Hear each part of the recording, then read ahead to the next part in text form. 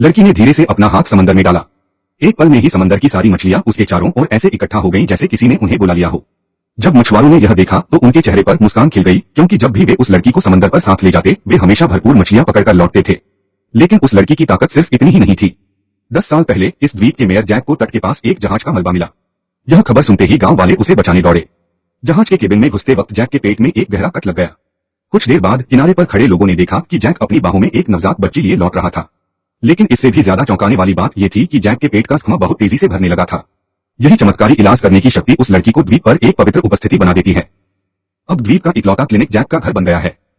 Jack के घर के बाहर लंबी लंबी कतारें लगने लगी, क्योंकि जो भी उस लड़की के संपर्क में आता उसकी बीमारी तुरंत ठीक हो जाती। यहाँ तक कि जैक की माँ, जो अल्जाइमर की शिकार थी, पूरी तरह ठीक हो गई। अब तो वो द्वीप की एक शिक्षिका बन चुकी हैं। द्वीप के लोग अब इस कोशिश में हैं कि वो लड़की हमेशा के लिए इसी द्वीप पर रहे।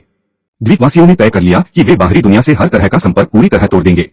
जब भी कोई जहाज द्वीप के पास आता तो वे तुरंत घंटी बजाते और सभी लाइटें बुझा देते, ताकि कोई भी उन्हें खोज न सके। 10 साल बीत गए, लेकिन न तो जैक और न ही उसकी पत्नी में उम्र बढ़ने के कोई लक्षण दिखे, जैसे उस लड़की के साथ रहते रहते वे कभी बूढ़े ही नहीं होंगे। एक दिन समंदर की यात्रा पर जैक को लड़की की एक और शक्ति का पता चला। जैसे ही लड़की अपना हाथ समंदर के पानी में डालती, आसपास की सारी मछलियां उसके पास खींची चली आती। इस अनोखी शक्ति की वजह से द्वीप की मछली पालन उद्योग बहुत समृद्ध हो गया। लोगों की जिंदगी पहले से कहीं ज्यादा खुशहाल और समृद्ध होती चली